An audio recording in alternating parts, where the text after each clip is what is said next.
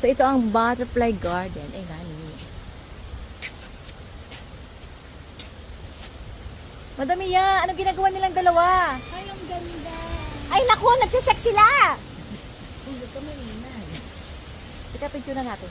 Ito lang talaga. Yung ano, mong istorbo. Ganito pala mag-sex ang paro-paro. Ha? Ganito sila magpadami. Ganyan. Ha? Kumakain ng papaya, oh. Eh, dito ako sa nagsisex.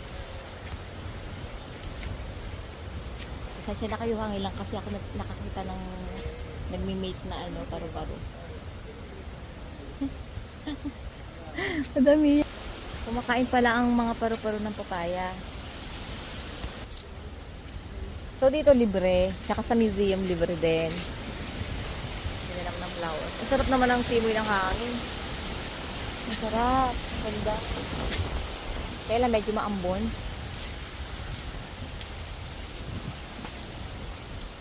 So, hindi lang nectar ang kinakain ng mga paro-paro, pati ang mga papaya. Kasi matamis din. So, ito na. Ang ganda naman ng halaman na to. Parang gusto kong magtanim ng ganyang halaman sa bahay. Babalikan natin yung nagsasex na paro-paro. Ang tagal din nila mag-mate, ha?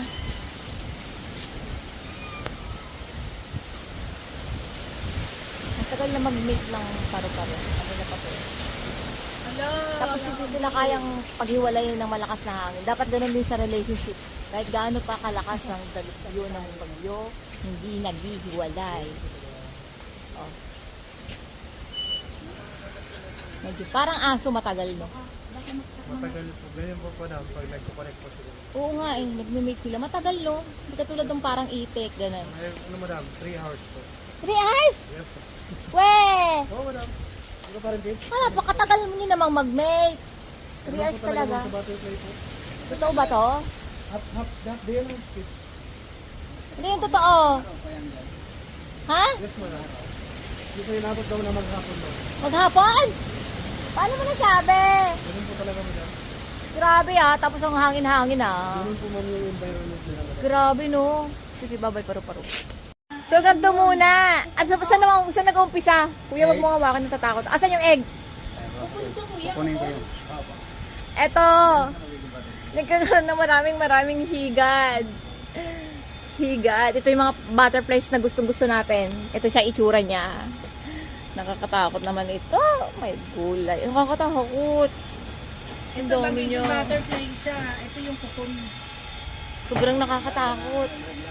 Ayun pa nakakasabit sa mga tuktok. Nursery. Ano to? Nakasabit-sabit na sila sa loob. Di makita sa video. Egg yan. Yan Asan yung egg, kuya? Patingnan ng egg. Asan yung egg? Di ko makita. Ngayon, pisa Kuya, na. mahilig yan sa egg.